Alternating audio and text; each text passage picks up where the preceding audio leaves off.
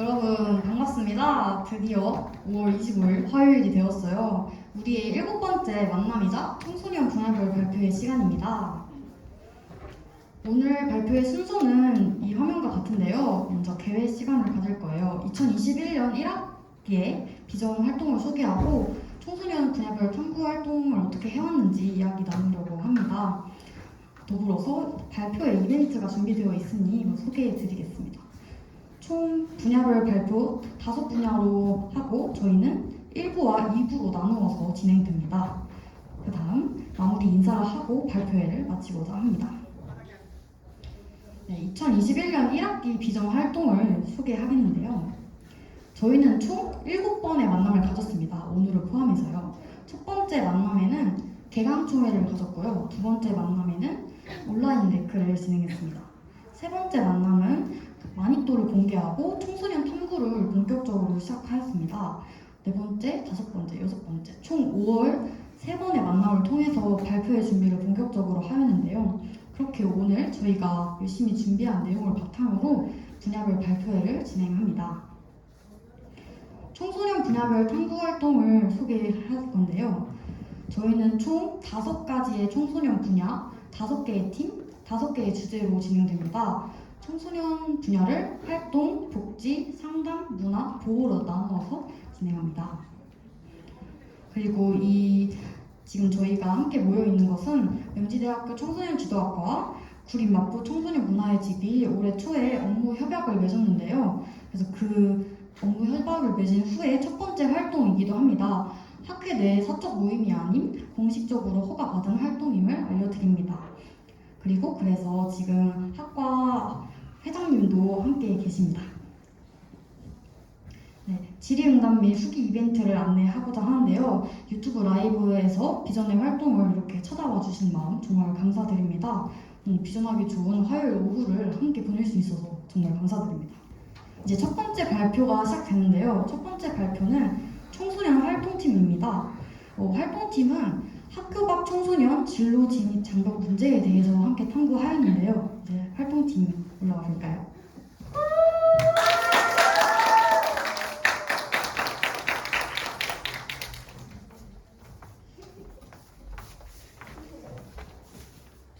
활동팀은 총 4명의 팀원인데 저희가 임원진 친구들은 각자의 위치에서 일을 하고 있기 때문에 오늘 발표를 맡은 조원들끼리 먼저 인사를 하는 걸로 할까요? 차렷, 인사.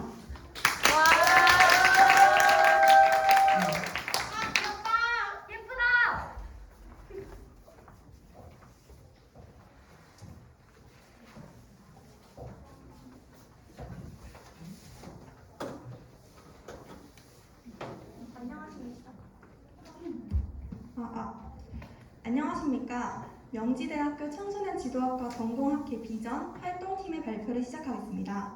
활동팀의 발표를 맡은 이지아, 이다영, 양하나입니다.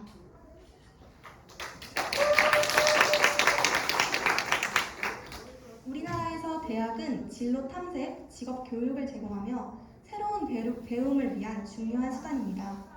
그런데 대입 성적 평균 상위 16개 대학 기준으로 교과 전형을 실시하는 대학 10개 대 11개 전형 중 검정고시 출신이 지원 가능한 전형은 홍익대학교의 학생부 적성 전형 1개에 불과합니다. 학생부 적성 전형이 교과 성적의 영향력이 크지 않다는 점을 고려하면 교과 성적 위주의 전형은 모두 지원이 불가능합니다. 활동팀에서는 진로에 막대한 영향을 미치는 대입에 있어 학교 밖 청소년이라는 이유만으로 차별을 받는다는 것은 불공정하다는 의견이 제시되었고, 대입을 포함한 진로 문제로 주제를 확장시켜 학교 밖 청소년의 진로 문제를 탐구했습니다. 학교에서는 다양한 진로 교육을 제공합니다. 학교에 재학하며 많은 청소년들은 직업인과의 만남을 가지기도 하고 심리 검사와 상담을 통해 자신에게 맞는 진로를 탐구하기도 합니다. 특히 교내에서 또래 친구들과 어울리는 경험은 진로를 탐색하는 시기에 있어 중요한 역할을 하고 있습니다.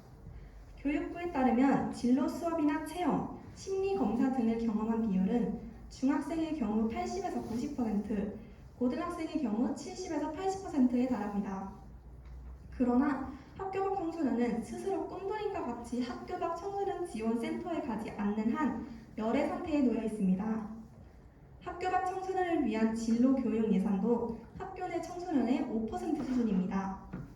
여성가족부가 학교 밖 청소년 지원을 주관하고는 있지만 자퇴 시 개인정보 제공에 동의하지 않을 경우 학교 밖 청소년 지원센터와 연계되지 않는 등 정보 전달은 물론 체계적인 지원 관리조차도 힘든 구조입니다.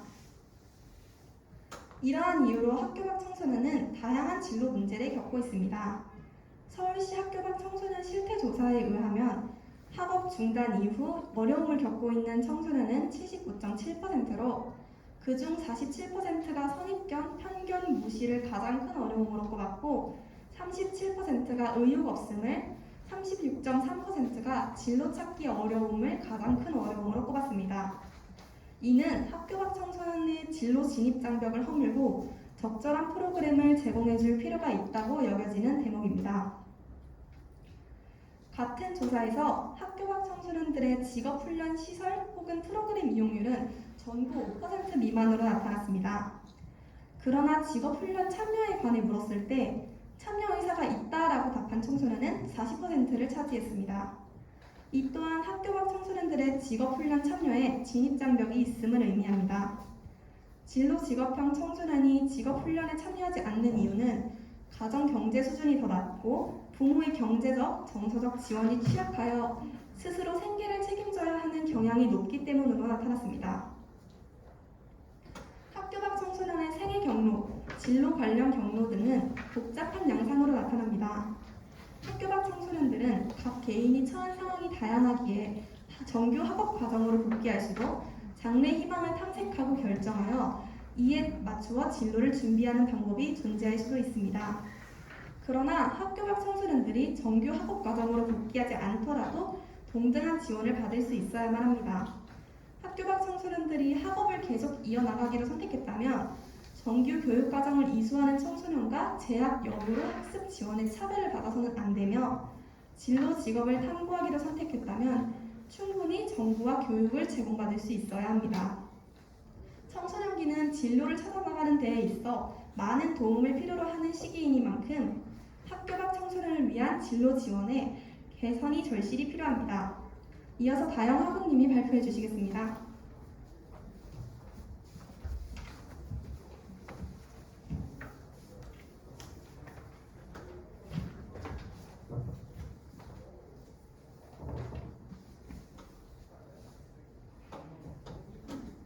저희 팀에서 문제에 대해 조사하던 중 여러 프로그램과 제도들을 통해 해소되고 있는 부분들을 찾게 되었습니다. 저희가 조사한 부분은 총 7가지로 직업형과 진로형으로 나누어 소개하도록 하겠습니다. 첫 번째, 꿈드림은 학교 밖 청소년 지원센터로 전국 약 220개의 센터를 운영 중입니다. 이용 대상은 만 9세에서 24세의 학교 밖 청소년이며 상담 지원, 교육 지원, 직업 체험 및 직업 교육 훈련 지원, 자립 지원, 건강 검진, 기타 서비스 등등의 주요 서비스를 지원받을 수 있습니다. 또한 직업 탐색 체험 프로그램, 직업 역량 강화 프로그램, 내일 이름 학교, 취업 성공 패키지 등의 취업 훈련 연계 지원을 통해 직업 체험 및 직업 교육 훈련을 제공합니다. 두 번째는 꿈드림 청소년 멘토입니다. 이는 청소년들의 여러 가지 어려움을 극복하고 검정고시에 합격하거나 진학에 성공하고 원하는 진로를 향해 나아가도록 이끌어주고 지지해주는 역할을 하는 인생 선배이자 선배님이자 상담자를 말합니다. 멘토링은 최소 6개월 진행되고 청소년들은 학습, 정서, 사회 적응, 진로 취업 역량 강화 등의 부분에서 도움을 받을 수 있습니다. 다만 대부분의 사례가 꿈드림 센터의 프로그램이나 청소년 지도사의 멘토링으로 성장한 사례들이 없고 우수 멘토 공모전에서 확인해본 결과 멘토는 대부분 직업을 가진 직장인들이었기에 멘토링은 특정 진로를 탐색하는 데에는 유용하지만 비슷한 또래의 멘토와의 사회 적응, 정서적인 부분의 멘토링은 부족해 보입니다.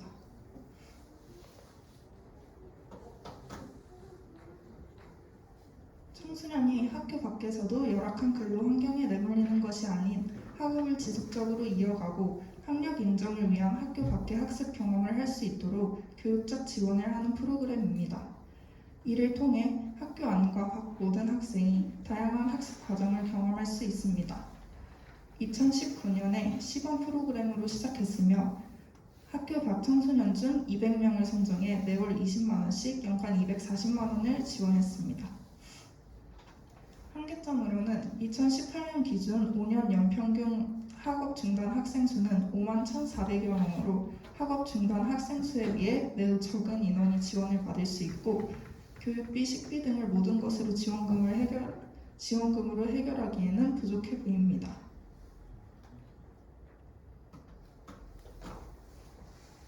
친구랑은 서울특별시 교육청에서 운영하는 학교 밖 청소년 도움센터입니다. 실림 본원과 거점 공간 4곳으로 총 5개의 센터가 운영 중이며 센터에서는 교육 지원, 진로 지원, 정서 지원, 복지 및 건강 지원으로 크게 4가지의 분야에서 지원을 하고 있습니다. 교육 지원 중 학습 지원 프로그램과 학습 멘토링에 대해 소개해드리도록 하겠습니다. 학습 지원 프로그램은 폭넓은 학습 기회를 제공하여 학습 동기 유발을 목적으로 하는 프로그램으로 인문학, 외국어, 문화, 예술, 체육 위주의 프로그램을 제공합니다. 학습 멘토링은 지속적인 학업 기회를 제공해 학업 복귀를 독려하는 프로그램으로 재입학, 편입학을 위한 컨설팅, 검정고시 및 기초학습 교육 등을 지원합니다. 다만 센터에 따라 지원되는 프로그램의 수 차이가 크고 프로그램에 참여할 수 있는 학생의 수가 매우 적다는 것을 한계점으로 들 수 있습니다. 내일 이룸학교는 여성가족부가 주관하여 학교 밖 청소년에게 맞춤형 직업훈련을 실시하고 청소년의 성공적인 사회 진출 및 자립을 지원하는 사업입니다. 2021년 현재 전국 14개의 직업훈련 기관에서 다양한 분야의 기술을 약 3개월에서 10개월간의 과정으로 익히게 됩니다. 훈련생 자립장려금, 기숙사, 교통비 및 중식비를 지원하고 특화 프로그램으로는 검정고시 및 자격증 취득 지원, 직업훈련 교육 수료 후 취업처 알선 및 취업 정보를 제공합니다.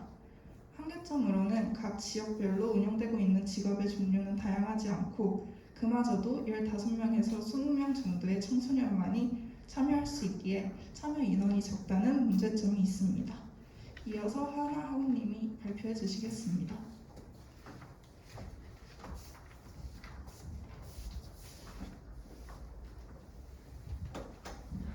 네, 다음으로 소개해드릴 프로그램은 취업성공 패키지입니다. 취업성공 패키지란 저소득계층에 대하여 통합적인 취업 프로그램을 제공하고 취업에 성공한 경우 수당을 지급함으로써 노동시장에 체계적으로 진입할 수 있도록 지원해주는 사업입니다. 취업성공 패키지 중 학교 밖 청소년은 패키지 1에 지원할 수 있습니다. 패키지 1은 총 3단계로 나뉘어 지원하고 있습니다.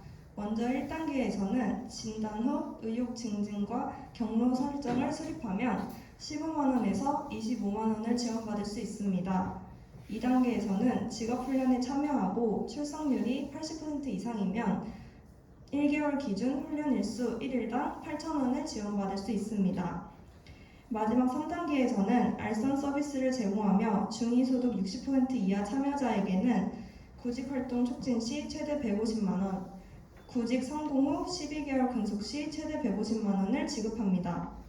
단계적 지원과 직업훈련을 제공하고 있어 도움이 많이 되는 프로그램이지만 현재 많은 청소년들이 모르고 있어 홍보 강화가 필요해 보입니다.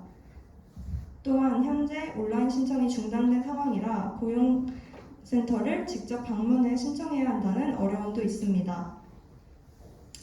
네, 다음으로 소개해드릴 프로그램은 직업전문학교입니다. 직업전문학교란 15세 이상 근로자 및 취업 의지를 가진 실업자를 대상으로 실시하고 있으며 내일 배움 카드제와 국가기관 전략산업 직종훈련 등을 실시하고 있습니다.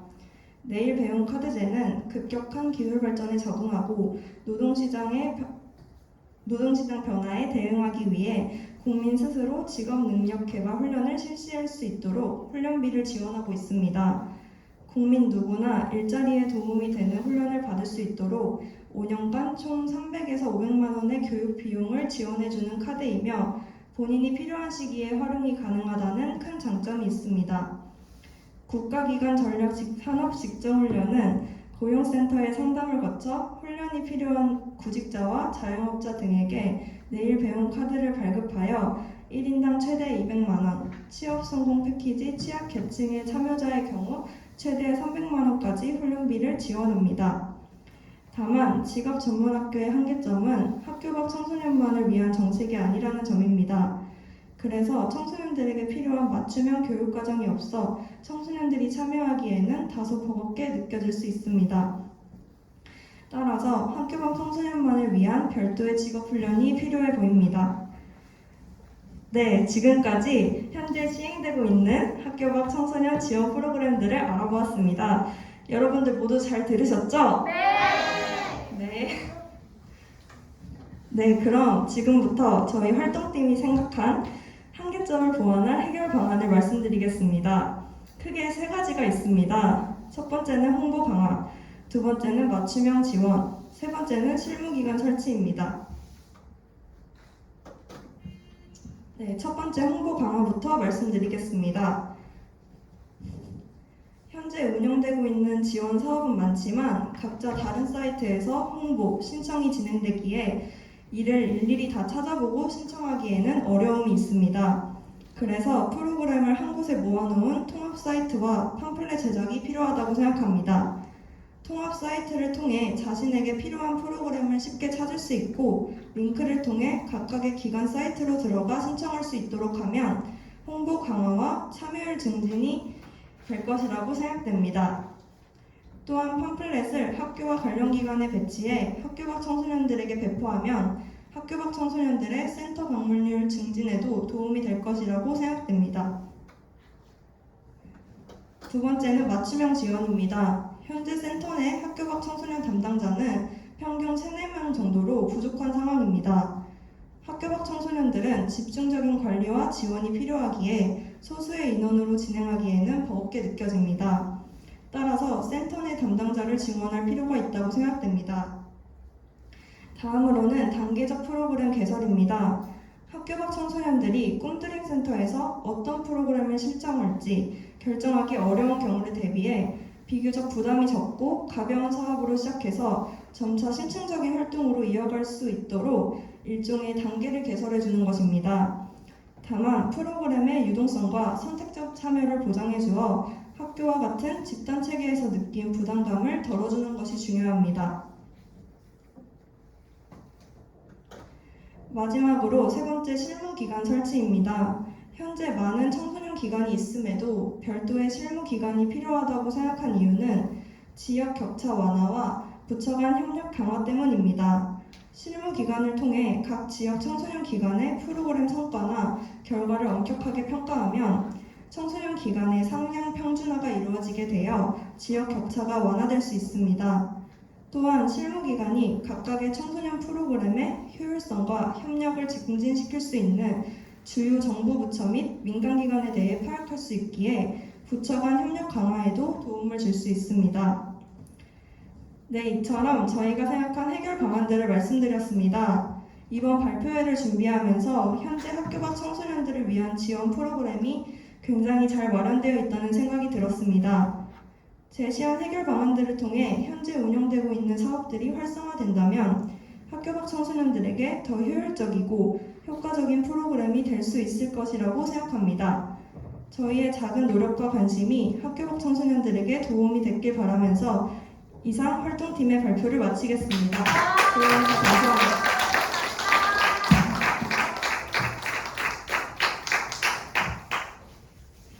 네, 여러분 활동팀의 발표 잘 들었나요? 네, 너무요. 활동팀은 학업형과 직업형으로 나누어서 학교 밖 청소년들이 진로 고민에서부터 겪는 어려움을 자세하게 알 수 있었는데요. 더불어서 이를 해결하기 위한 여러 방안까지 알 수 있었던 발표였던 것 같습니다. 그럼 활동팀 발표는 여기서 마치도록 하겠습니다. 차기야.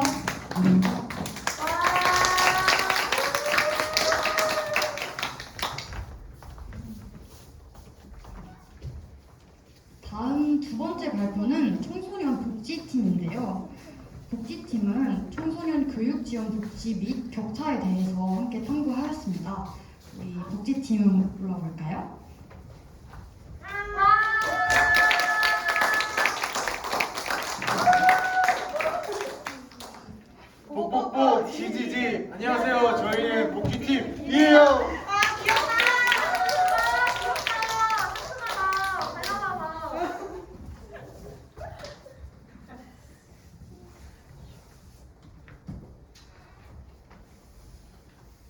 네, 앞서 소개해드린 것처럼 저희는 코로나 시대의 청소년 교육 지원 복지 및 격차에 대해서 발표를 하게 된 배지민, 신명진, 유아립, 임소희로 구성된 복지팀이라고 합니다.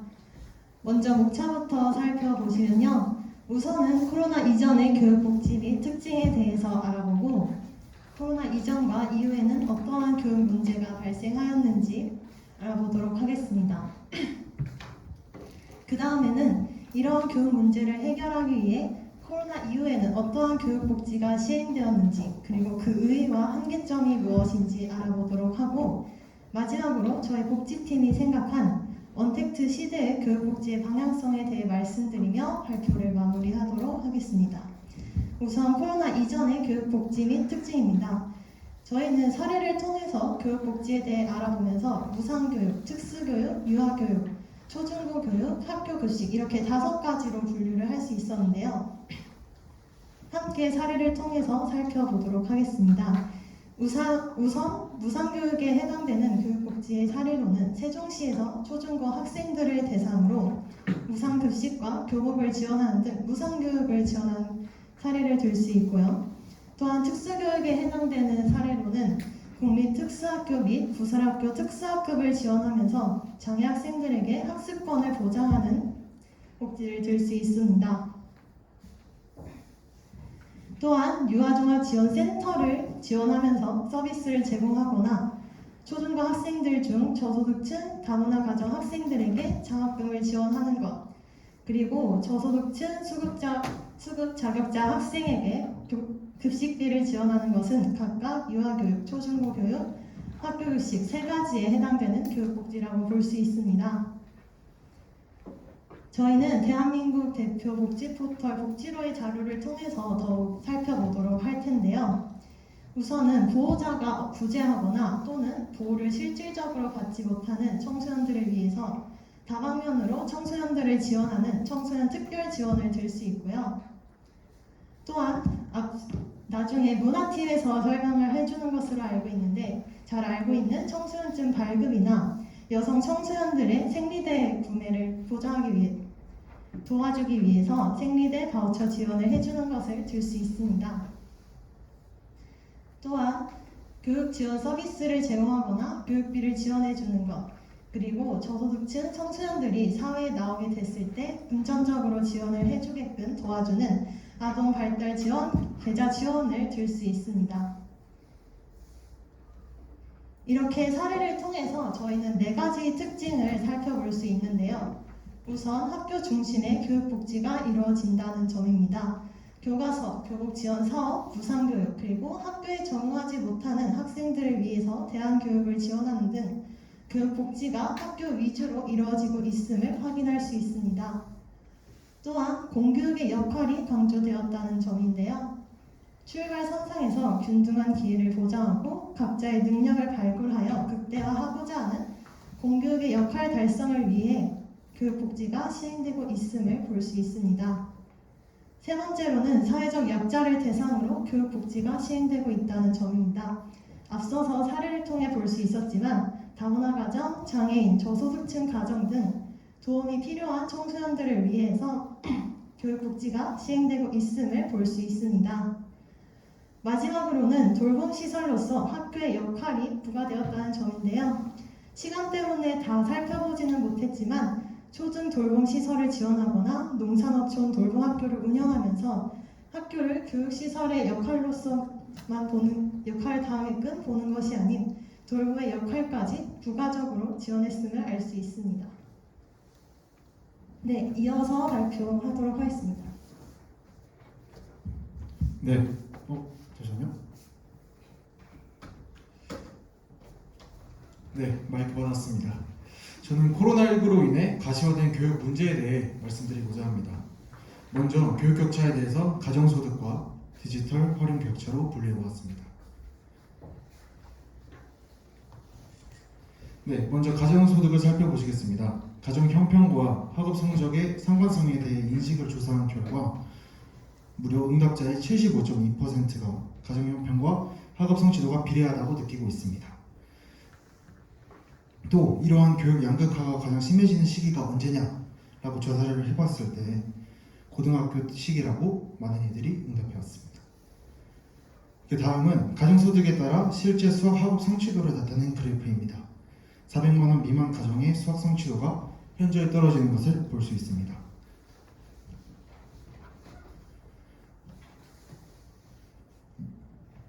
이러한 교육 격차의 문제는 과거부터 인지되어 왔지만 코로나19로 인해서 더욱 심화되어 왔습니다. 그 가운데에는 비대면 수업이 있었습니다. 디지털 활용의 격차, 즉 전자기기의 보급 문제가 큰 골칫거리입니다. 디지털 소외계층의 인터넷 사용이 저조한 까닭은 사용 방법이 어려워서라는 응답이 가장 많았고, 그 다음은 인터넷 이용 요금이 부담스러워서, 그리고 그 다음은 그 기기의 부재입니다. 네, 정보 격차가 줄고 접근 수준은 늘어났으나 역량과 활용의 측면에서 아직 부족한 것이 실정입니다. 네, 결론적으로 코로나19를 겪은 교육체계는 결코 과거로 돌아갈 수 없습니다. 우리가 먼 미래라고 여겼던 비대면 수업들이 우리의 생활이 됐습니다. 일반고는 EBS로 녹화된 강의를 듣고 강남권, 자사, 특목고는 학교 자체에서 만든 플랫폼으로 실시간 수업을 하며 대면 수업과 결코 다르지 않은 수업을 진행하고 있습니다. 하지만 우리는 이런 상위권 학교들을 하향 평준화해서는 안 됩니다. 타계층을 상향 평준화시키기 위해 노력하고 머리를 맞대고 지속적으로 의논의 과정을 거치면 우리가 지금 심화되고 있는 교육 격차의 문제를 풀어낼 수 있으리라 생각됩니다.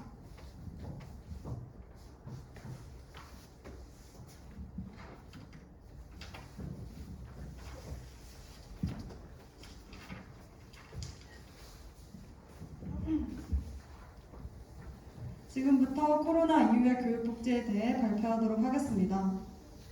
코로나 이후 시행된 교육복지를 뉴, 즉 새로운 교육복지와 플러스, 즉 확대된 교육복지로 나누어 보았는데요. 이를 앞에서 다루었던 교육격차의 원인을 해소하기 위한 교육복지와 추가적으로 학교를 다니고 있는 학생들에 비해서 교육의 기회가 적고 학업적 어려움을 겪고 있는 학교 밖 청소년들을 위한 교육복지를 통해 설명하도록 하겠습니다. 먼저 코로나 이후 시행된 새로운 교육복지로는 가정소득 격차를 해소하기 위한 교육복지로 교육복지 안전망을 구축하였는데요. 교육복지 안전망은 학교 내에 학생들의 복지를 시원하기 위해서 도움을 주고 있는 교육과 사회복지사를 합친 교육복지사가 코로나로 인해서 배치되지 않은 학교의 교육 취약계층의 학생들을 발굴하여 교육복지 사각지대를 해소하기 위한 정책입니다. 구체적인 내용으로는 지역 민간 기관과의 연계와 학생 개개인의 맞춤형 통합 지원이 있습니다. 그 다음으로 디지털 활용 격차를 해소하기 위한 교육복지로는 실감형 콘텐츠, 즉 VR, AR 활용 교육을 실시하는데요. 실감형 콘텐츠는 실제 영상이 들어간 것과 같은 생생함을 느낄 수 있는 콘텐츠로 이를 통해서 원격 수업의 한계를 극복하고자 하였습니다. 또한 디지털 기기를 좀 더 쉽게 활용할 수 있도록 하였습니다. 마지막으로 학교 밖 청소년을 위한 교육복지로는 무료 진학 컨설팅을 제공하였는데요. 이를 통해 고등교육 기회에 배제되기 쉬운 학교 밖 청소년들에게 대학 진학에 도움을 주고자 하였습니다. 그 다음으로 코로나 이후 시행된 확대된 교육복지로는 가정소득 격차를 해소하기 위한 교육복지로 먼저 EBS 고등학교 교재 무상 지급 대상을 확대하였는데요. 기초생활수급자에게 지원되는 급여 대상 중 무상교재 지원 대상자를 생계의료급여 수급자에서 교육급여 수급자까지 확대하여 코로나로 인한 교육격차를 해소하고자 하였습니다. 따라서 기존 무상교재 지원 대상자에서 약 3만 7천 명이 증가한 13만 명의 학생들이 이러한 혜택을 받고 있다고 합니다. 그 다음으로 방과학교 자유수강권을 학교 밖으로 확대하였는데요. 방과학교 자유수강권은 저소득층 학생들이 방과학교 프로그램을 수강하였을 경우 1인당 연간 60만 원 정도를 지원해 주어서 지속적인 교육을 받아 교육 격차를 해소할 수 있는 정책입니다. 하지만 코로나로 인해서 원격 수업으로 전환되면서 학교에 직접 나가지 못하게 되자 세종시 교육청에서는 방과학교 수업뿐만 아니라 학교 밖 11개 기관에서도 이런 수강권을 사용할 수 있도록 확대하였습니다. 그 다음으로 디지털 활용 격차를 해소하기 위한 교육복지로는 학교 통합지원센터에서 교육복지를 강화하였는데요. 학교 통합지원센터는 학교에 대한 업무를 지원해주는 기관으로 코로나 이전에는 기존 행정 업무를 지원하는 데 중점을 두었지만 코로나 이후에는 원격 수업과 관련된 플랫폼 활용을 지원하고 교사 연수를 통해서 교사들이 학교에서 좀 더 디지털 기기를 더 쉽게 활용할 수 있도록 강화하였습니다. 마지막으로 학교 밖 청소년을 위한 교육복지로는 교육참여수당 지급 대상을 확대하였는데요. 교육참여수당은 학교 밖 청소년이 학교 밖 청소년 지원 기관에 등록해서 관련 프로그램을 수강하였을 경우 한 달에 10에서 20만 원 정도를 지원해주는 정책입니다. 기존에는 정보주도 센터에서만 가능하였지만 현재는 정보 위탁 지정 기관에서도 이런 프로그램을 수강하였을 경우 수당을 지급하도록 대상을 확대하였다고 합니다.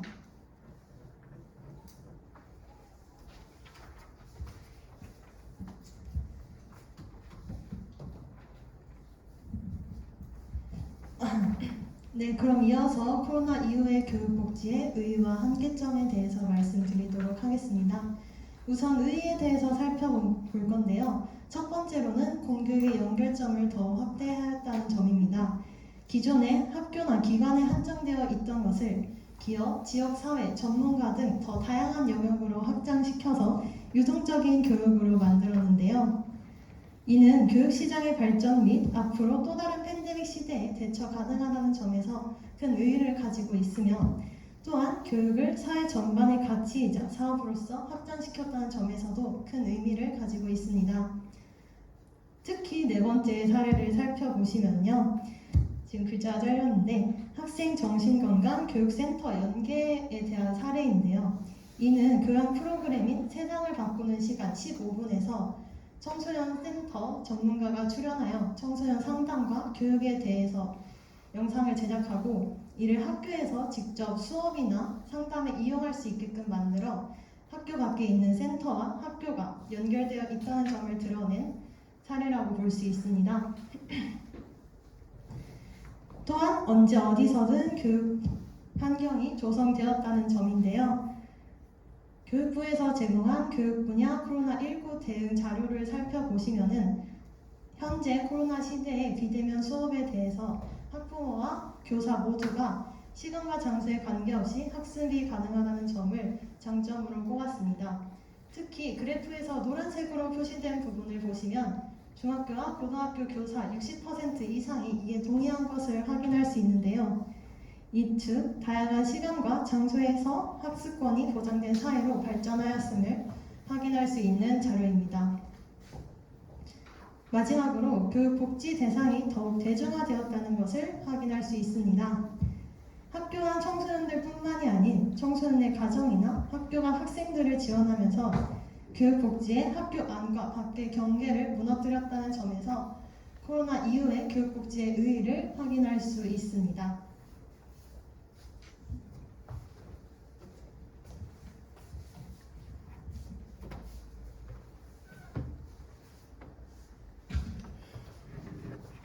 네, 코로나19 이후에 교육복지가 많은 변혁을 이뤄냈지만 한계점은 존재합니다.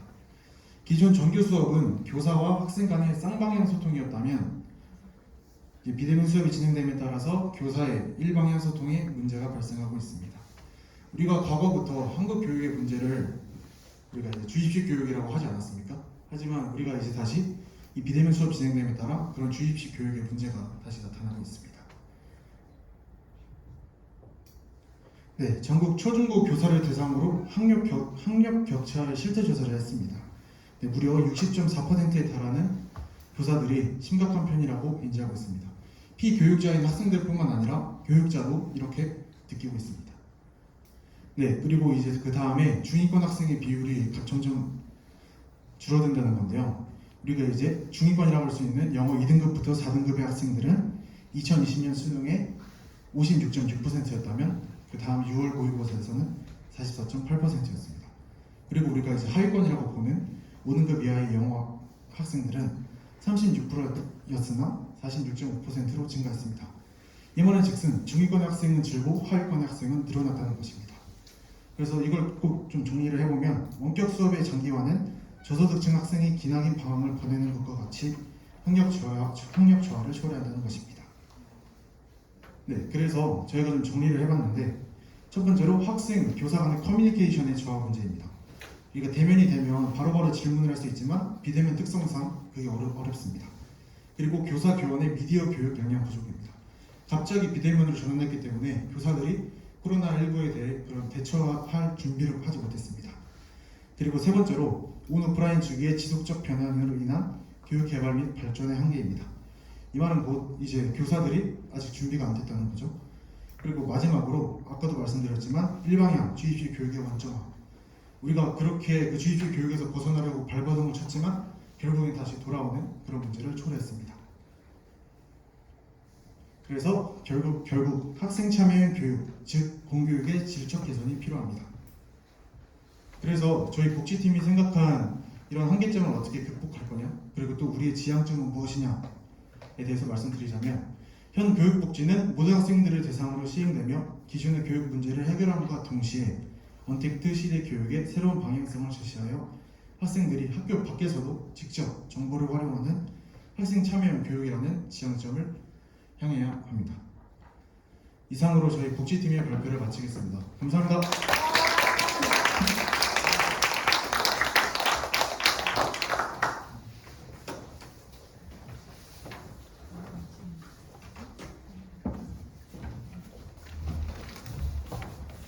네, 여러분 우리 청소년 복지팀의 발표 잘 들었나요? 네. 네, 뭔가 듣는 내내 저도 엄청 몰입하면서 잘 들었던 것 같아요. 복지팀은 코로나 이전 이후에 교육복지 실태를 축소와 확대로 나누어서 더 명확하게 잘 파악할 수 있도록 도와줬고, 또 교육 격차까지 명확하게 이야기하는 그런 발표를 가졌는데요. 우리 복지팀 정말 고생했고요. 이제 인사하겠습니다.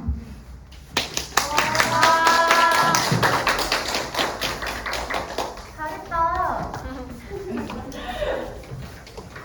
네, 다음 1부의 마지막 발표이자 세 번째 발표는 청소년 상담팀의 발표인데요. 청소년 상담팀은 청소년의 니즈를 채워줄 상담 서비스에 대해서 함께 탐구를 했어요. 공적 상담소 이대로 괜찮은가? 이 주제로 발표할 우리 상담팀이 올라오도록 할까요?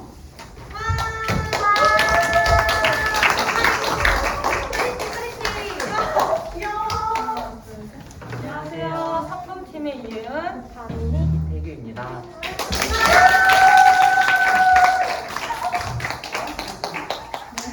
얘들아, 너희 좀 해도 잘해.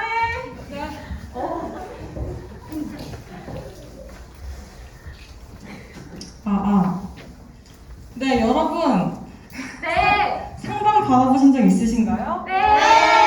네, 받아보셨든 안 받아보셨든 모두 저희 발표 내용을 잘 이해하실 수 있을 겁니다. 저희는 현재 공적 상담소 운영의 문제의식을 가지고 과연 청소년의 니즈는 무엇이며 이를 채워줄 상담 서비스는 어떤 것인지에 대해 발표해 보겠습니다. 우선 공적 상담소의 정의에 대해 말씀드릴 거고요. 그 다음에 문제점과 해결 방법에 대해 말씀드린 뒤 저희끼리 고안해본 상담 서비스 아이디어를 말씀드리며 발표를 마치겠습니다. 우선 공적 상담소는 국가나 사회에 관계되는 상담기관으로 국민이라면 누구나 이용할 수 있는 기관이에요. 그래서 청소년이 이용할 수 있는 기관으로는 1388 위클래스, 그리고 지역별로 운영되고 있는 청소년 상담복지센터를 예로 들 수 있습니다. 현재 청소년 상담복지센터는 전국에 238개가 운영되고 있습니다. 하지만 1388과 청소년 상담복지센터의 인지도와 이용 경험을 살펴보자면 인지도에 비해 이용 경험이 현저히 낮다는 결론이 여러 통계에 일관성 있게 나타난다는 것을 볼 수 있습니다. 이는 청소년이 상담에 대한 지식과 정보는 가지고 있지만 막상 이용은 하지 않는다는 이야기인데요. 저희는 여기서 문제의식을 느끼고 시작했습니다. 청소년이 무엇 때문에 상담을 활용하지 않는 걸까요? 청소년의 어떤 니즈를 채우지 못하기 때문에 이렇게 좋은 시스템들을 그냥 지나쳐버리는 걸까요? 이 문제점들을 미니 학우님께서 설명해 주시겠습니다. 네, 그것은 상담에 대한 진입장벽, 즉, 청소년들이 상담을 쉽게 받지 못하고 상담받는 데 있어서 어려움을 느끼고 있기 때문입니다. 위 사진은 저희가 직접 무작위 청소년 181명을 대상으로 실시한 설문조사 결과인데요. 많은 청소년들이 상담 기관의 필요성을 느끼지 못했고 기관이 도움이 되지 않을 거라고 생각하고 있었습니다.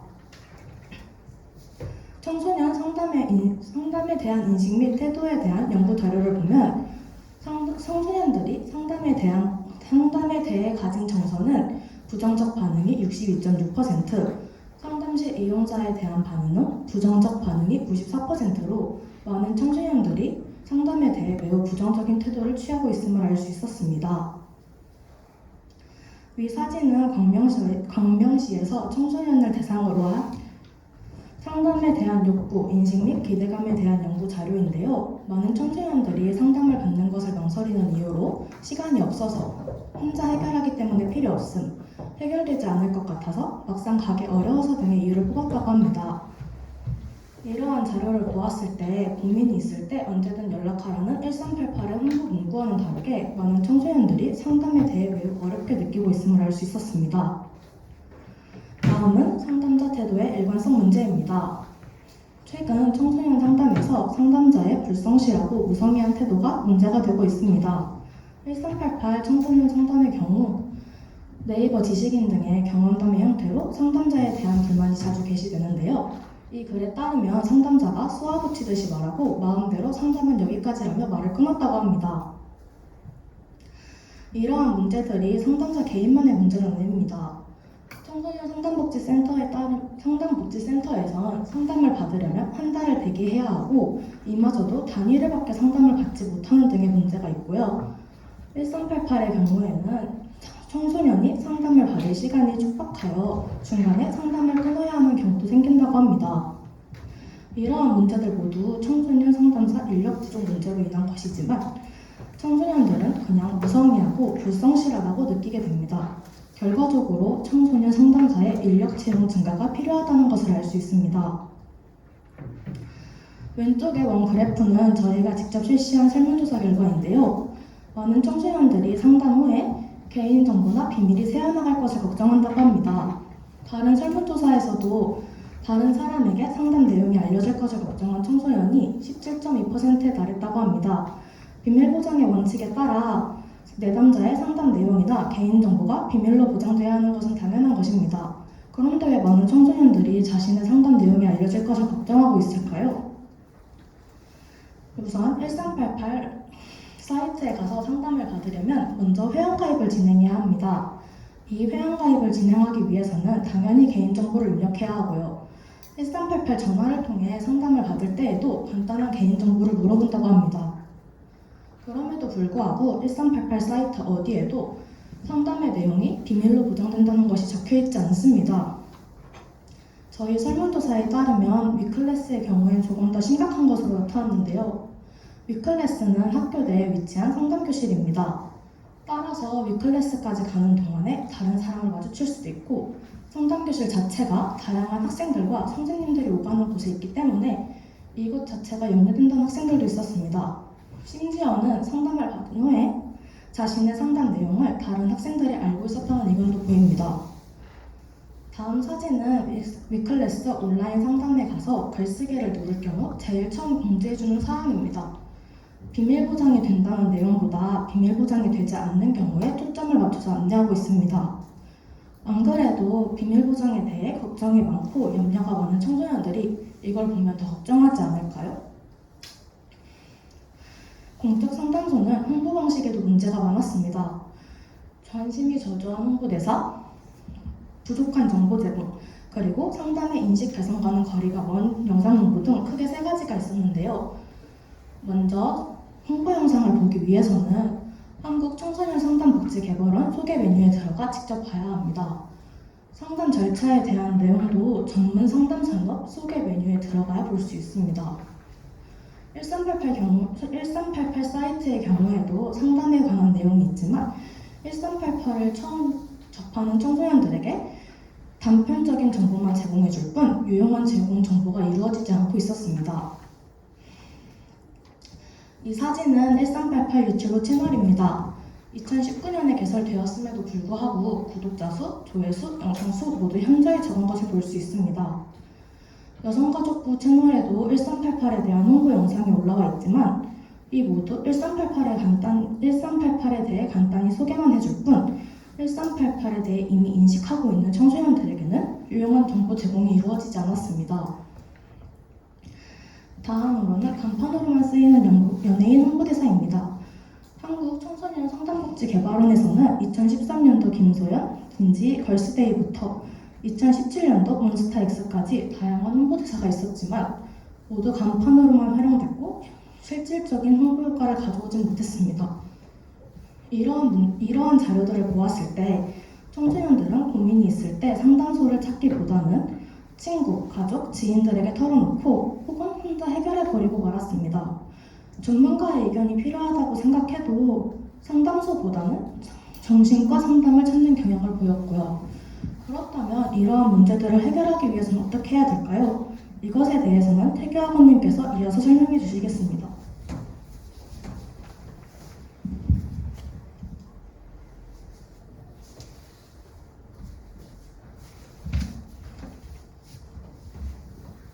네, 그렇다면 이러한 문제들을 해결하기 위해서는 어떻게 하면 좋을까요?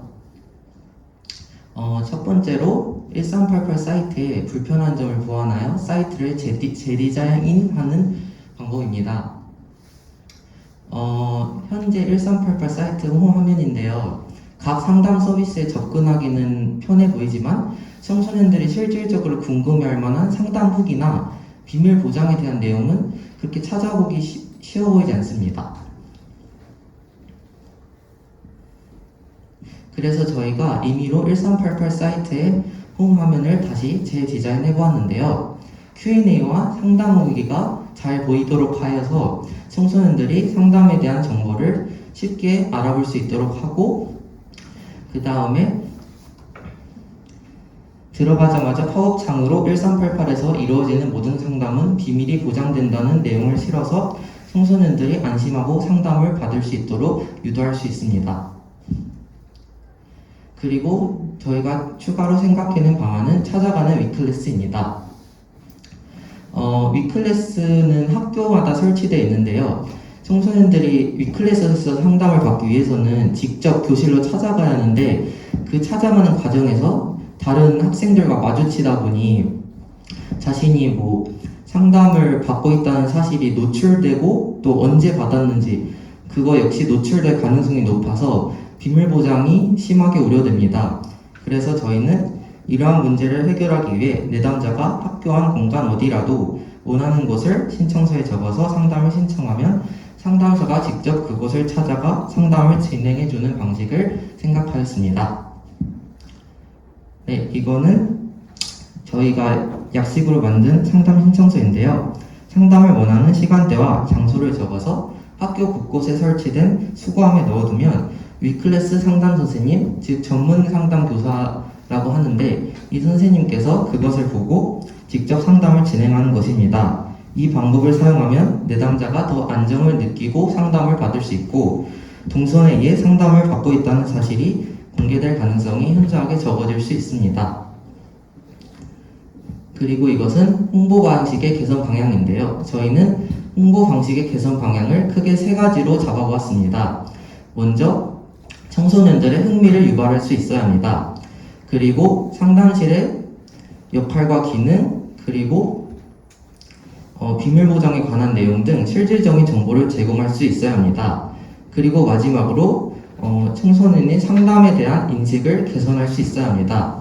이 세 가지 홍보 방식 개선 방향을 모두 조합하여 저희가 새로운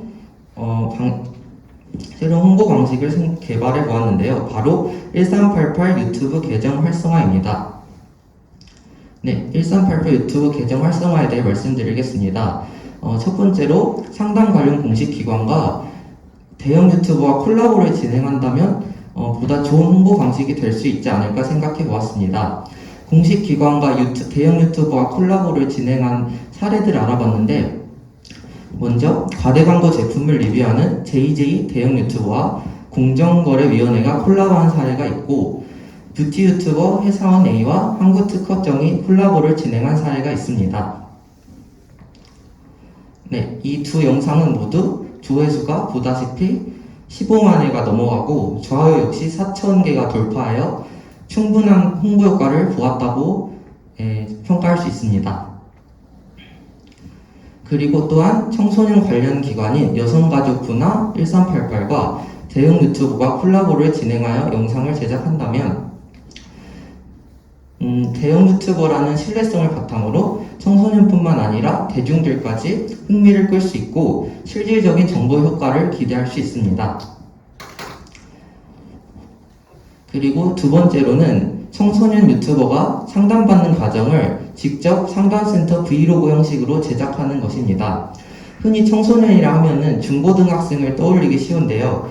중고등학생뿐만 아니라 학교 밖 청소년, 청소년 부모, 창업자 등 특정한 집단을 대변할 수 있는 다양한 청소년 혹은 다른 유튜버들을 섭외한다면 유튜버와 동일한 특징을 가진 청소년들에게 모방심리와 공감을 유도할 수 있을 것입니다. 이렇게 다양한 계층의 청소년 유튜버와 대형 유튜버를 섭외한다면 상담에 대한 불신이나 부정적인 인식 등을 개선할 수 있을 것입니다. 네, 그리고 상담 진입 장벽을 허물기 위한 해결 방안입니다. 그것은 바로 네이버 예약 서비스인데요. 네이버 예약 서비스는 우리가 흔히 사용할 수 있는 것으로 알고 있는데 바로 뭐 여행이나 미용실 등을 예약할 때 이러한 서비스를 이용하곤 합니다. 저희는 이거를 상담에도 적용하여 청소년들이 네이버 예약을 통해 상담을 예약하고 전문성이 인정된 지역별 청소년 상담센터에서 이 예약 받은 것을 바탕으로 청소년들에게 상담을 진행하는 것입니다. 네이버 예약 서비스뿐만 아니라 네이버 리뷰 등도 청소년들이 이용할 수 있게 하여 청소년들이 상담자에게 상담을 받고 상담자에 대한 평가, 리뷰, 추천 등을 공유할 수 있는 네이버 리뷰 서비스도 함께 운영할 수 있습니다. 네, 그리고 마지막으로 상담자 태도의 일관성을 위한 해결 방안도 생각해 보았습니다.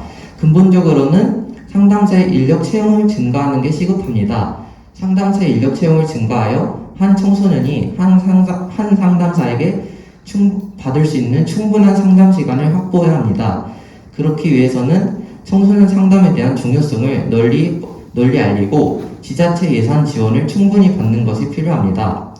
그리고 상담자 자체의 불성실한 태도를 해결하기 위한 방안으로는 일반적으로는 1388 청소년 전화, 청소년 상담복지센터 인터넷 사이트에 이 상담에 대한 불만에 대한 제보를 받는 공간을 증폭시키는 방안이 있습니다. 하지만 저희는 새로운 해결 방안도 생각해 보았는데요. 바로 1388-314, 1388-578 등의 번호를 만들어서 간단하게 통화 시간이 담긴 통화 기록 화면을 캡처하고 그 밑에다가 상담자 태도에 대한 불만 제보를 구체적으로 적어 문자를 전송하면 1388 측에서 이 제보 내용을 바탕으로 구체적으로 수용한 다음 불만 제보를 받은 해당 상담사에게 경고 조치를 누적하는 것입니다.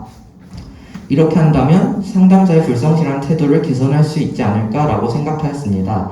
처벌되는 무언가가 있어야 개선되는 부분도 있다고 생각합니다. 네, 지금까지 해결 방안에 대해 알아보았는데요. 이 해결 방안 외에도 저희가 새로운 아이디어를 개발하였습니다. 이 아이디어에 대해서는 예은 학원님께서 계속해 주시겠습니다.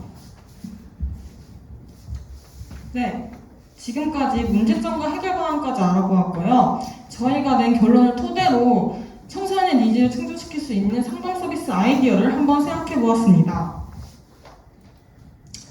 우선 저희의 자료를 종합해 보니 청소년의 니즈를 비밀 유지, 공감대 형성, 편안한 분위기, 단순한 과정 이 네 가지로 요약할 수 있었는데요. 이 네 가지의 니즈를 모두 충족시킬 수 있는 방법으로 어플을 만들어 보자 하고 이야기를 나누었습니다.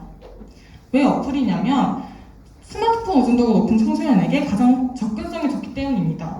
그리고 가정을 많이 생략함으로써 부담감과 진입장벽을 많이 낮추려고 하였습니다. 물론 청소년을 위한 상담 어플은 지금도 존재하고 있습니다. 하지만 저희가 어플을 만들려고 하는 이유에는 타 어플에는 없는 특별한 점을 넣었기 때문인데요. 첫 번째로 청소년 인증제입니다. 마치 선의 인증에 있듯이 청소년만이 어플 혜택을 누릴 수 있도록 휴대전화 인증을 통해 청소년임을 인증해야 하는 장치인데요. 오직 또래와의 교류를 활성화시켜서 또래 상담 분위기를 활성화시킬 수 있고요. 편안한 분위기 조성을 기대할 수 있습니다. 두 번째는 찾아오는 상담입니다. 고민이 있을 때 상담소를 찾아가는 과정에서 어려움을 느끼는 청소년에게 초점을 맞췄습니다. 고민을 마치 일기를 쓰듯 털어놓는 글을 올리면 상담사가 댓글을 다는 방식으로 찾아오는 것입니다. 청소년은 그 댓글만으로도 큰 위안을 얻을 수 있고 상담사와의 1대1 채팅으로 이어질 수 있어서 일회성에 그치지 않을 수 있습니다. 또 누군가 먼저 손 내밀어주고 자신을 찾아와 줬다는 것만으로도 큰 정을 느낄 수 있을 겁니다. 세 번째는 상담자 평점 제화 인증마크입니다. 위 사진은 인스타그램 인증마크와 당근마켓의 매너운동인데요. 이처럼 저희 어플에서는 회사에서 인증한 상담사만이 인증마크를 달고 활동할 수 있도록 할 거고요. 그 다음에 상담사의 프로필 옆에 그 상담사가 어떤 평을 받았는지 바로 알 수 있는 매너운동을 표시할 겁니다. 그래서 청소년이 자신의 글에 댓글을 단 상담사가 어떤 평을 받았는지 바로 알 수 있고 신뢰감을 가지고 이야기를 할 수 있겠죠.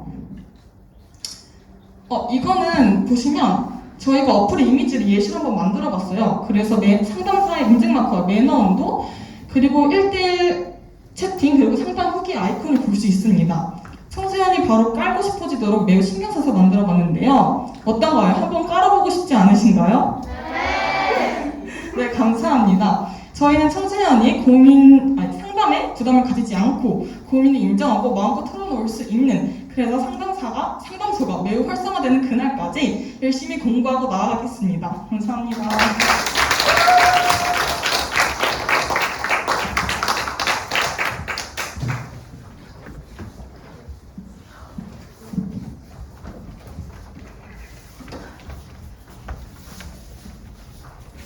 네, 여러분 상담팀의 아주 자세한 발표를 잘 들었을 거라 믿습니다.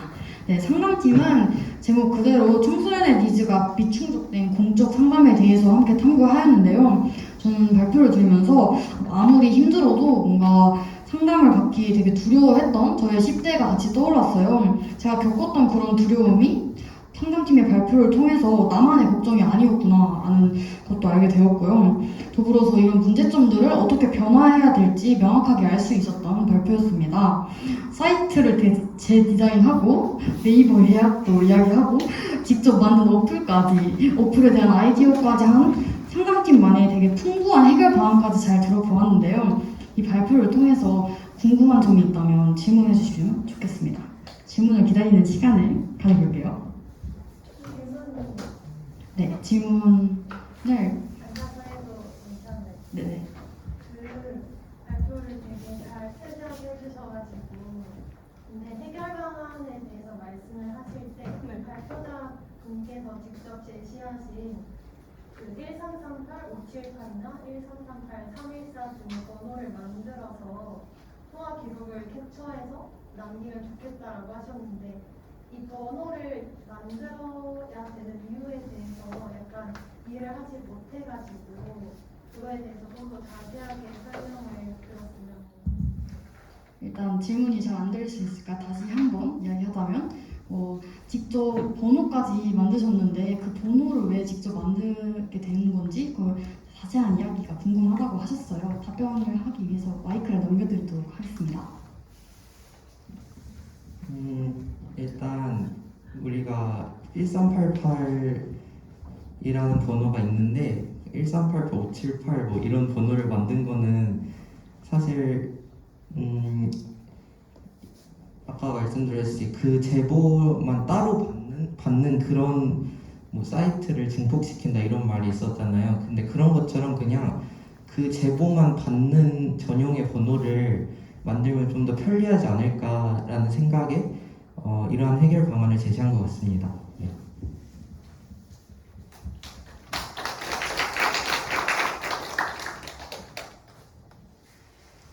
네, 그러면 질문은 여기까지 받도록 하고 우리 상담팀 발표를 마치도록 하겠습니다.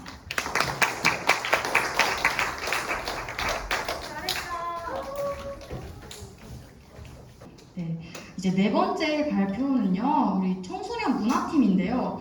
문화팀은 청소년, 우리 사회 어디에 서 있는가를 주제로 발표하려고 합니다. 우리 문화팀 나와볼까요?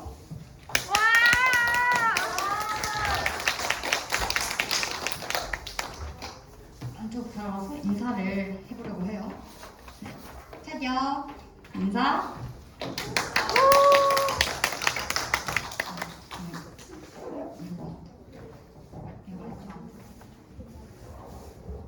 네, 안녕하세요. 저희는 청소년 문화팀의 유정원, 문아람, 강혜리, 박현정입니다.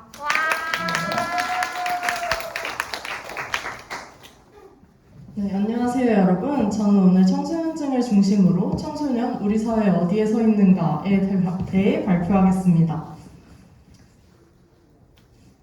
먼저 청소년증을 주제로 하는 오늘의 발표는 학생과 청소년의 차이, 학생증과 청소년증, 청소년증 거부 사례 및 문제점, 문제점에 대한 방안, 마지막으로 질의응답의 순서로 이루어집니다. 먼저 발표에 앞서 상황을 가정하고 시작해 보겠습니다. 여러분은 현재 18살이며 학교를 자퇴한 상태입니다. 친구들과 함께 뷔페에 갔는데 가격표에 이렇게 가격이 제시되어 있습니다. 여러분은 이 상태에서 어떠한 가격의 요금을 지불하고 뷔페를 이용할 것인가요? 이 상황에 대한 답변을 생각하며 발표를 경청해 주시길 바라겠습니다. 먼저 학생증과 청소년증을 살펴보기 위해선 학생과 청소년의 개념에 대해 먼저 알아보아야겠죠. 학생이란 학교에서 교육을 받는 피교육자, 학교에 다니면서 공부를 하는 사람을 뜻합니다. 청소년이란 어른과 어린이의 중간 시기, 청소년 관련 법마다 조금의 차이는 있으나 13살부터 18살까지의 사람을 뜻합니다. 이처럼 청소년과 학생의 개념은 분명히 다릅니다. 그렇지만 우리 사회에서는 학생이라는 단어가 청소년의 개념을 대체하고 있는 상황입니다. 학교를 다니지 않는 청소년의 수가 적지 않음에도 이러한 실상이 벌어지고 있고, 이는 학생의 범주에는 속하지 않지만 청소년의 범주에는 속하는 청소년들을 소외하고 차별하는 상황으로 이어질 수 있습니다. 따라서 청소년과 학생 개념의 구분은 반드시 이루어져야 합니다. 이제 학생증과 청소년증의 차이에 대해 알아보겠습니다. 학생증은 자신의 신분임을 밝히는 학생의 신분임을 밝히는 증명서로서 화면에 보이는 것과 같이 학교별로 발급 여부와 디자인, 기능이 모두 차이가 있습니다. 보통의 학생증은 주민등록번호 앞 6자리, 즉 생년월일만을 기재하는 경우가 많고 생년월일조차 기재되어 있지 않은 경우가 많아 사실상 신분 확인의 용도로 사용은 어렵습니다. 대부분의 학교에서는 학생증을 학교 출입 용도, 급식 배식 용도, 교내 도서 대출 용도로 사용하고 있습니다. 다만 체크카드 학생증을 사용하는 경우 교통카드의 기능 등 다양한 체크카드 기능을 사용 가능하다고 합니다. 최근 고등학교의 급식까지 무상급식을 시행하게 됨에 따라서 학생증 실사용 빈도가 줄어들어 학생증의 필요성이 줄어들고 있는 상황입니다. 반면 청소년증은 만 9세 이상, 만 18세 이하의 청소년이 사용 가능한 청소년의 신분증입니다. 학생증과는 다르게 주민등록번호가 명시되어 있어 대학 수학능력시험, 검정고시, 금융기관 등 신분 확인을 요구하는 모든 곳에 사용 가능한 청소년의 공적 신분증입니다. 별도의 신청 과정을 거치면 교통카드 기능으로도 사용 가능하며 다양한 문화활동 혜택이 있습니다. 대표적인 혜택으로는 박물관, 미술관, 공원 등 이용료 할인 또는 면제, 공연장, 영화관 할인 등이 있습니다. 화면에 보이는 내용은 청소년증을 활용하여 혜택을 받을 수 있는 그런 것들을 정리한 자료의 일부분입니다. 구체적으로 하나의 예시를 들자면 교보문고 또는 하트렉스에서 도서, 문구, 음반 등을 구매할 때 청소년증을 제시하면 10%의 할인이 적용된다고 합니다.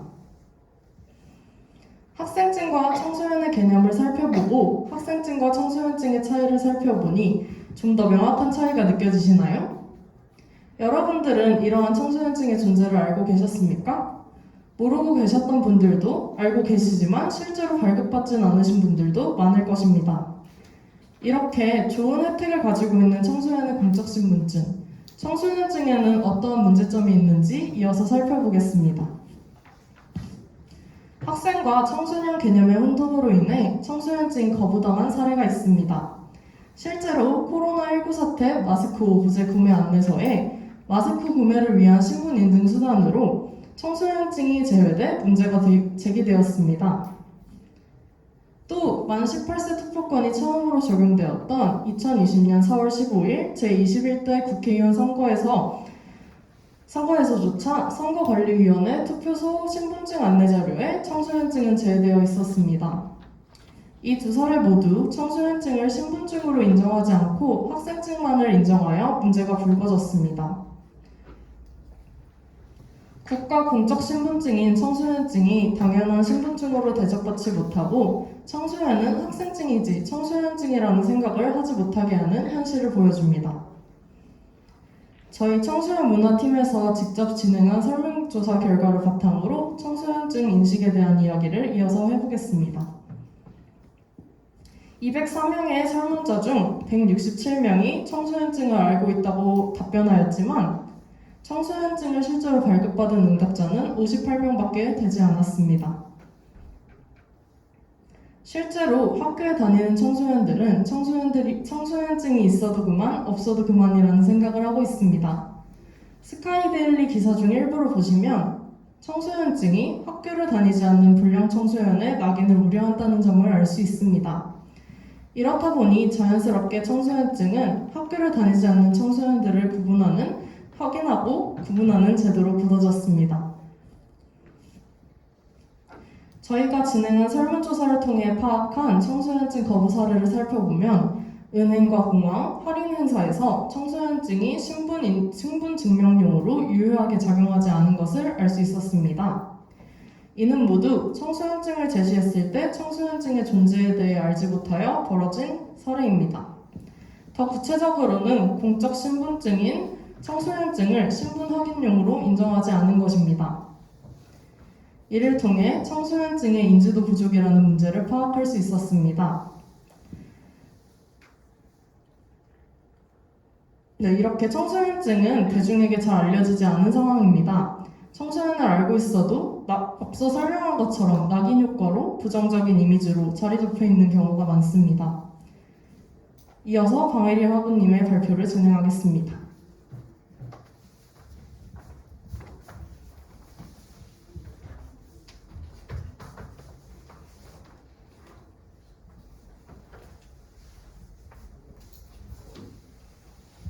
앞서 유정원 학우님이 발표한 청소년증의 문제점에 이어서 청소년증에 대한 운영 계획이 제대로 마련되어 있는지 의문이 들었고 청소년증이 어떻게 홍보되고 있는지 궁금증이 생겨 살펴보았습니다. 여성가족부가 2010년부터 청소년증 사업을 이어받아 청소년증 홍보 웹툰을 제작하거나 청소년증 인포그래픽 홍보 자료를 만드는 등의 다양한 홍보를 추진하였습니다. 그러나 홍보 결과는 부진했습니다. 즉, 많은 홍보를 하고 있음에도 불구하고 청소년증이 무엇인지 모르는 사람이 많고 청소년증 발급률 또한 여전히 낮습니다. 그 이유를 두 가지를 들어 설명하자면 첫 번째, 홍보 방법 자체에 문제를 가지고 있습니다. 화면에 보시는 것처럼 청소년증을 홍보용 웹툰에 들여다보면 홍보의 타겟이 되는 청소년들의 이목을 끌만한 퀄리티가 아니며 내용 또한 청소년증이 좋다, 혜택도 많다라는 말만 반복할 뿐 청소년증의 가장 큰 문제인 인식 문제 해결을 위해서는 아무런 대책을 놓지 않은 채로 홍보하고 있음을 알 수 있습니다. 이 홍보가 정말 청소년증을 활성화시키기 위한 방안이 맞는지 의문이 들 정도로 홍보 방법 자체에 문제를 가지고 있습니다. 그리고 두 번째, 보다 더 크고 근본적인 문제는 이러한 홍보를 아무리 해도 청소년증에 대한 부정적인 인식은 그대로이고 나아지지 않는다는 것입니다. 따라서 저희는 이러한 문제점에 대한 해결 방안으로서 청소년증 활성화 방안을 제시하고 인식이 먼저 정비되어야 함을 강조하고 싶습니다. 학생과 청소년의 차이를 인식하고 청소년증이 신분증으로서 제자리를 잡기 위해서는 어떤 노력이 필요할까요? 문화팀에서 두 가지 해결 방안을 고안해 보았습니다. 첫 번째 방법은 청소년증의 접근성을 높이는 방법입니다.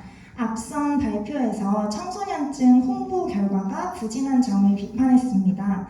그래서 학교와 더불어 다양한 청소년 시설에서 청소년증을 홍보하고 청소년 시설에서도 청소년증을 신청할 수 있도록 하여 접근성을 높이는 방법을 생각했습니다. 두 번째 방법은 청소년증과 학생증이 다른 개념임을 인식시키고 청소년증을 발급받도록 장려하는 것입니다. 주민등록증처럼 법적 의무를 지게 할 수는 없으나 청소년증이 신분을 증명하는 수단임을 인식하는 것은 반드시 필요합니다. 우리는 명지대학교 학생입니다. 여기 명지대학교 재학을 증명하는 학생증이 있습니다. 우리가 성인임을 증명할 때 학생증을 보여주진 않습니다.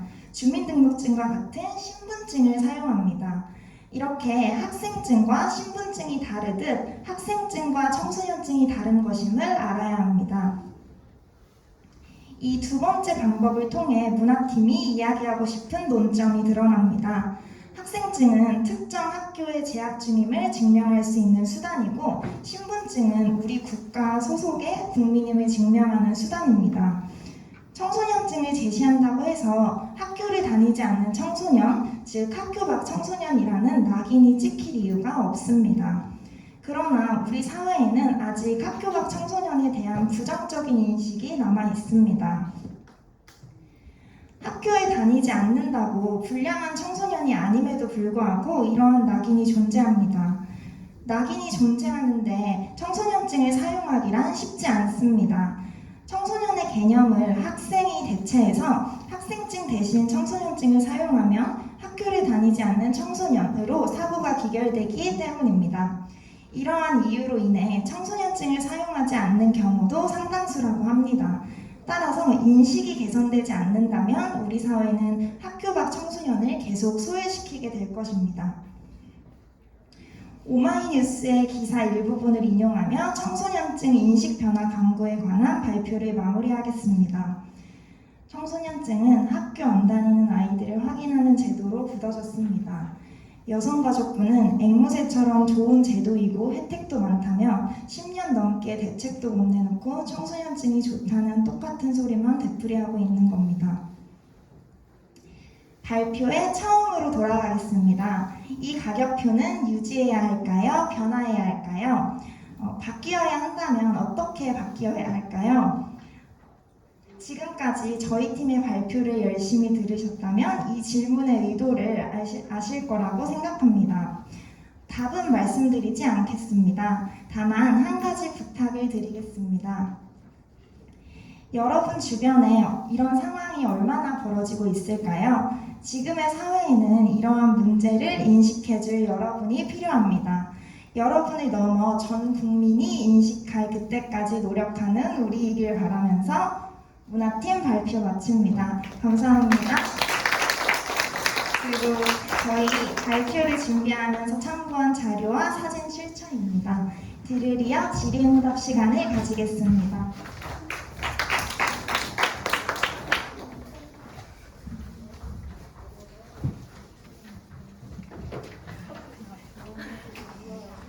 네, 여러분 우리 문화팀 발표 잘 들었나요? 네, 문화팀은 청소년과 학생의 차이에 대해서 그리고 청소년증에 대해서 깊이 있는 이야기를 풀어나가는데요. 어쩌면 인지하지 못할 수 있는 부분들을 되게 재치있게 풀어나간 것 같아요. 일상 속에서 여겨지는 여러 상황들을 당연하게 여기지 않고 질문을 던질 수 있는 그런 시선이 확장되었으면 합니다. 네, 그럼 질문이 있으면 해주시면 좋고요. 질문도 기다리겠습니다. 네, 그 질문은 아닌데 댓글이 하나 올라와서 말씀을 드릴게요. 양동훈 시청자님께서 청소년 활동을 하기 위해 구체적인 대안 부분이 중요할 것 같은데 효과적으로 할 수 있는 방법이 중요할 것 같아요 라고 조언을 남겨주셨습니다. 네, 너무 댓글 남겨주셔서 감사합니다. 네, 그럼 질문은 여기까지 받고 우리 마치도록 할게요. 인사할까요?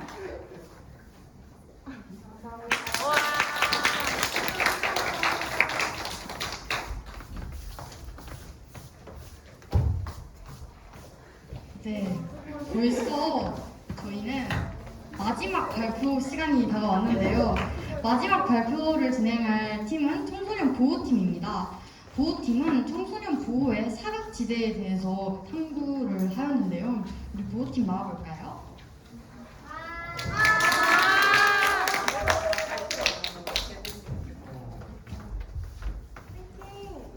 보호팀 인사해주시면 됩니다. 안녕하세요.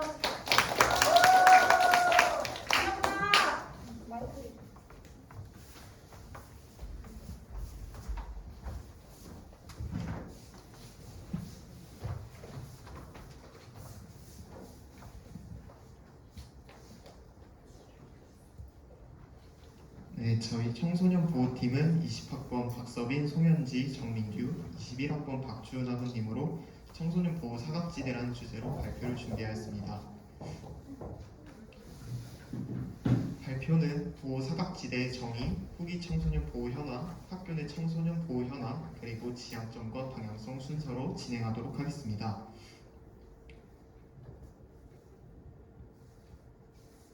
먼저 보호 사각지대란 복지 사각지대란 여러 복지 혜택을 받는 기초생활수급자보다 조금 나은 생활을 한다는 이유로 여러 혜택에서 제외되는 차상위 계층의 상황을 비유적으로 말합니다.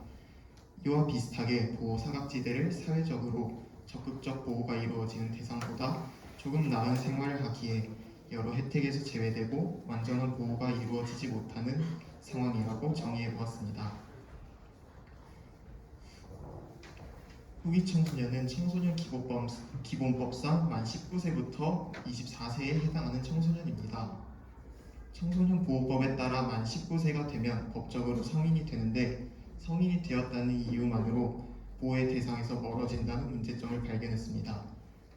막연하게 성인이니까 스스로 모든 일을 해내야 한다는 부담감과 책임을 져야 한다는 이유 때문에 많은 부분에서 보호받지 못하는 상황을 몇 가지 소개하도록 하겠습니다.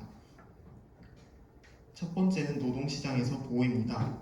대부분의 청소년은 기초생활을 유지하기 위해 아르바이트 또는 인턴을 시작하게 됩니다. 하지만 근로 중 부당 대우를 경험할 때 대부분 참고 넘어가는 등의 소극적인 대처를 하게 됩니다. 근로계약서를 쓰지 않거나 임금이 밀리는 등의 여러 문제가 발생하더라도 혹시나 잘리지는 않을까 하는 걱정에 쉽게 자신의 권리를 주장하지 못하는 경우가 대다수임을 볼 수 있었습니다. 사회생활 초기에 이러한 경험을 하면 나중에 성장했을 때 노동자로서의 당연한 권리를 주장하기 어려워지는 것으로 이어지며 이는 인간관계 형성에 문제를 초래한다는 논문도 발표되었습니다. 노동자를 보호하는 제도가 아직 부족하고 이를 어기는 사용자에 대한 처벌도 매우 약하기 때문에 오랜 시간 동안 이러한 문제가 이어지고 있습니다. 두 번째는 다양한 교육을 통한 보호입니다. 성인이 되면 자신이 원하던 원하지 않던 음주문화에 참여하게 됩니다. 성인 이전에는 중고등학교 또는 다른 시설로부터 주기적인 교육을 받지만 성인을 대상으로 하는 교육은 적극적으로 이루어지지 않고 있습니다. 2018년 대학생을 대상으로 조사한 결과 건전 음주 교육이 필요하다고 90%가 응답했지만 10명 중 3명만이 건전 음주 교육을 받은 경험이 있다고 하였으며 그마저도 대학 오리엔테이션에서 받은 교육이 38.5%로 가장 높았습니다. 건전 음주 교육을 받지 못한 채 폭음을 통해 스트레스를 해소하는 성인 음주 문화를 청소년이 당연하게 받아들이게 되어 청소년의 건전 음주 문화 형성이 어려운 상황입니다. 세 번째는 상담을 통한 보호입니다.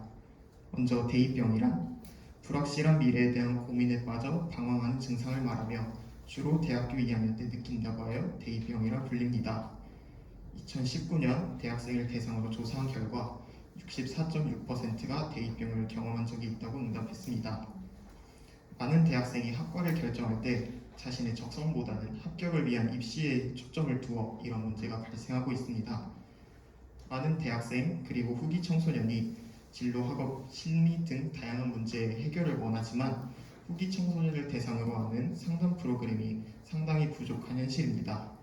또 2000년부터 2015년까지 15년간의 상담 연구 학술지를 검토한 결과 87.2%가 양적 연구로 진행되어 표면적 문제를 발견하는 데 그치고 문제의 발생의 근원적인 원인을 발견하고 해결하기는 매우 어려운 현실이 나타나고 있습니다. 또 쉼터 및 지원 시설에서도 후기 청소년을 대상으로 한 보호는 매우 부족합니다.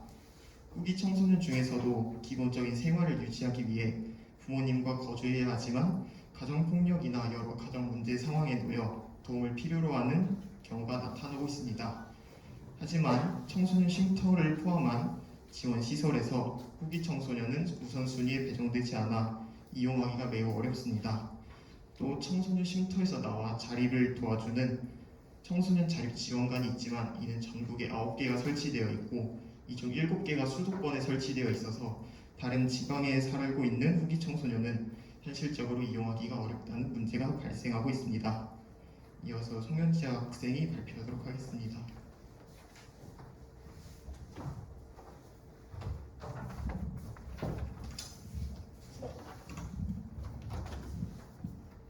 네, 이어서 학교 내 청소년 보호 현황에 대해 발표해 보도록 하겠습니다. 우선 이 자리에 계신 분들이나 스트리밍을 통해서 듣고 계신 많은 분들이 학교 청소년들은 학교라는 보호 공간에 속해 있고 이미 많은 보호를 받고 있기 때문에 보호가 더 이상 필요 없지 않을까라는 생각이 자리할 수도 있을 것입니다. 하지만 저는 여러분들과 함께 이번 시간에 학교 청소년들이 왜 보호 사각지대에 놓였을까? 학교 청소년들은 보호 우선순위에서 배제되어야 하는 대상일까에 대한 생각들을 하나하나 정리해가고 풀어가는 시간을 가져보면서 이들을 향한 새로운 인식을 제공하고자 합니다. 그렇다면 우리가 얘기하고자 했던 학교 청소년들이 보호 사각지대에 놓인 이유는 무엇일까요? 학교 청소년들은 학교라는 공간에서 충분히 보호받을 수 있다는 인식의 대상이 됩니다. 하지만 이런 인식과는 다르게 학교에서 이루어지고 있는 보호 시스템은 이들을 온전하게 보호하지 못하고 있으며 다양한 문제점과 한계가 존재합니다. 이런 문제 상황과 인식이 더해져서 학교 청소년들은 보호 대상으로부터 서서히 멀어져 갑니다. 그렇다면 학교 시스템에 어떤 문제로 학교 청소년들은 보호받지 못하고 있을까요? 이들이 보호 사각지대에 놓이는 이유를 상황적 측면에서 접근하여 설명드리겠습니다. 첫 번째로 우리가 간접적으로 혹은 직접적으로 접해와서 너무나 잘 알고 있는 학교폭력 문제에서 보호를 받지 못하고는 합니다. 학교폭력 문제를 개선하기 위해서 다양한 제도적 장치와 시스템 구축이 이루어지고 있기는 하지만 여전히 학교폭력이 발생하면 피해 청소년을 보호하는 측면보다는 가해 청소년을 처벌하는 측면이 더더욱 강조가 되고 있는 현실입니다. 또한 학교폭력 문제에 대해서 학교가 은폐하거나 부적절하게 대처함으로써 보호를 받지 못하고는 하죠. 두 번째로 학교 청소년들은 교사의 성희롱 행위, 학생들을 차별하는 행위, 교사 능력 부족으로 인한 낮은 수업의 질 등 교사의 문제 속에서 위험을 겪고 있습니다. 이 문제를 개선하기 위해서 교원 평가가 시행되고 있기는 하지만 실질적인 수업 개선과 관계 개선에 있어서 큰 변화를 불러일으키진 못하고 있습니다. 이 문제는 교사의 자질 문제 속에서 학교 청소년들이 대응하고 대처하고 도움을 받을 만한 해결책이 결여되고 있다는 점을 설명할 수 있겠죠. 세 번째로는 학교에서 이루어지고 있는 청소년 보호 체계가 전반적으로 부실하게 운영되고 있다는 점입니다. 안전교육과 시설 점검이 주기적으로 이루어지고 있기는 하지만 이는 형식적인 경우가 많고 위기 상황, 긴급 상황에 대한 체계와 매뉴얼이 없다는 점을 코로나19 사태를 통해서 저희는 확인할 수 있었죠. 그리고 학교에 있는 시간 외의 시간, 즉 학원에 다니지 않거나 보호자가 없는 학교 내 청소년들을 관리, 보호가 부족한 현실입니다. 이런 학교 안에 보호시설이 없지는 않죠. 위클래스에서 상담, 보호를 받을 수 있지만 위클래스의 경우 실질적인 활동이 부족하고 익명성과 접근성 문제로 인해서 이용하는 청소년 수가 많지 않다는 문제가 있습니다. 이렇게 학교 내 보호시설조차 제대로 운영되고 있지 않다는 점은 학교 내 청소년들을 대상으로 한 보호를 이루지 못하고 있다는 점을 설명할 수 있겠죠. 마지막으로는 학교 주변의 도로, 신호등 문제와 유해시설, 유흥업소라는 추가적인 보호 문제가 존재하기도 합니다. 최종적으로 우리는 이제 학교라는 보호 공간의 미숙함과 한계에 대해서 파악하고 온전하지 않은 보호 공간에 속해 있었지만 보호의 우선순위에서 배제되어 있던 학교 내 청소년들에게 실질적인 보호를 제공할 수 있어야 합니다. 그 전에 우리가 할 수 있는 일은 학교 내 청소년들도 역시 보호가 필요한 대상임을 인지하고 편견 없는 인식을 정립하는 것이 아닐까요? 네, 후기 청소년과 학교 청소년에 대해서 설명한 내용은 극히 사각지대 일부에 불과할 수도 있습니다. 그 외 사각지대에 대해서는 박주은 학우님께서 이어 발표를 진행하도록 하겠습니다.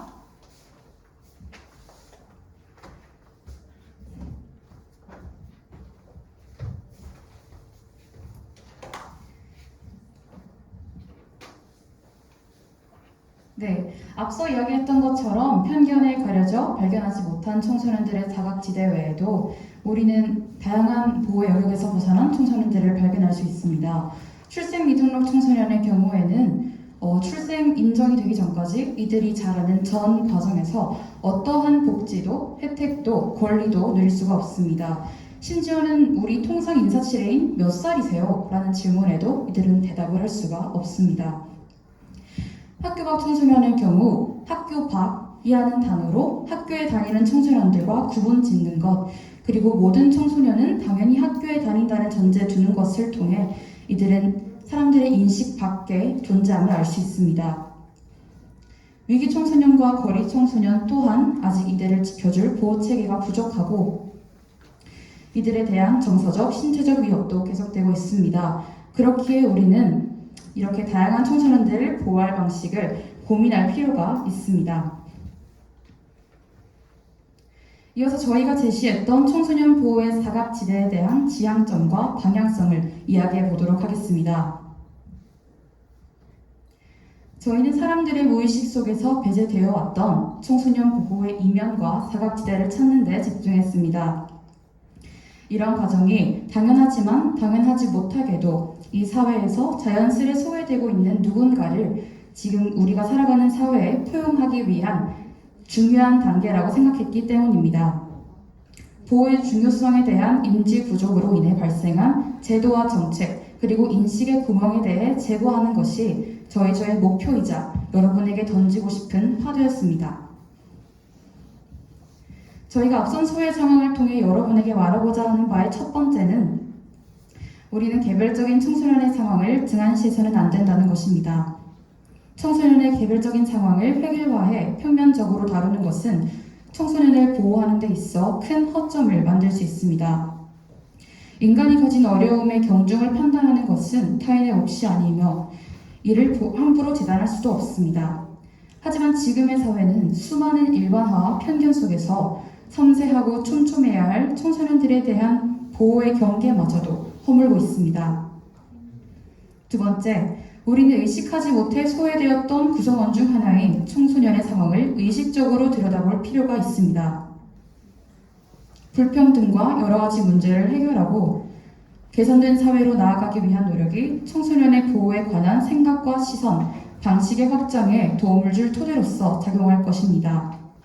그리고 이는 다양한 갈래와 넓은 시야를 가지고 더 많은 청소년을 보호의 장치 안으로 들이는 역할을 하리라 생각합니다. 세 번째, 지금의 보호체제는 앞서 설명했듯이 청소년이 필요로 하는 보호의 현실을 반영하지 못한 채 허술하고 체계적이지 못한 방식으로 운영되고 있습니다. 그렇기에 청소년의 개별적인 삶에 적합하고 실효성 있도록 개선할 필요성을 자각하는 것 또한 중요하다고 생각합니다. 또한 우리는 청소년 학도로서 더욱 관심을 가지고 이를 위한 마음가짐을 정립해야 한다고 생각합니다. 인간으로서의 청소년 그 자체를 왜곡됨 없이 바라보며 이들을 보호하고 존중함으로써 청소년에 대한 인식과 그 중요성을 기저에서부터 채워나가야 합니다.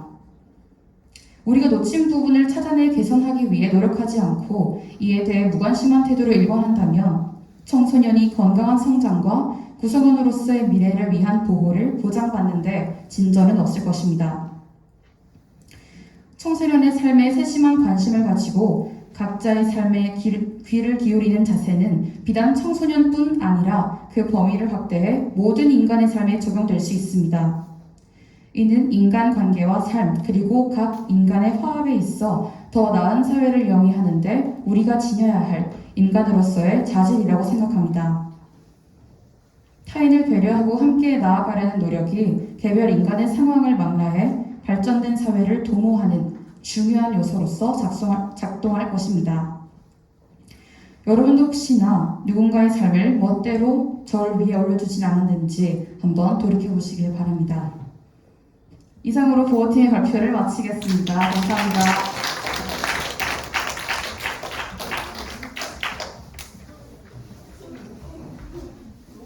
네, 여러분 마지막 보호팀의 발표까지 끝까지 귀담아 들어줘서 너무 고맙습니다. 우리 보호팀은 보호 우선순위에서 벗어나서 어려운 상황 속에서도 여러 혜택을 받지 못하는 보호의 사각지대에 대해서 구체적으로 다뤄보았는데요. 언니 올라와 주세요. 무대로. 네, 올라오세요.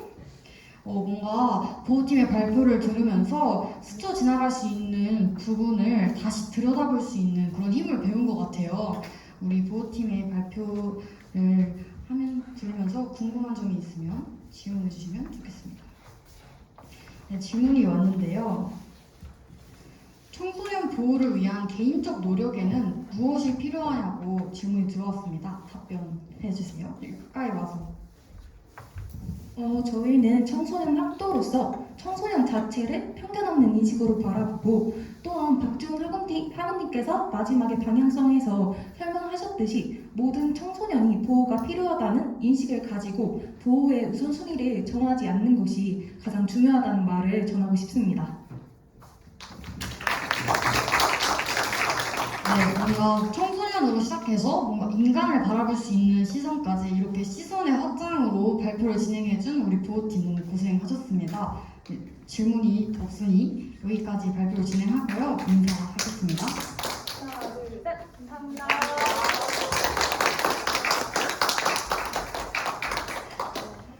네, 여러분 5가지 분야, 5개의 팀, 5개의 다른 주제를 열심히 귀 담아 들어서 진심으로 감사드립니다.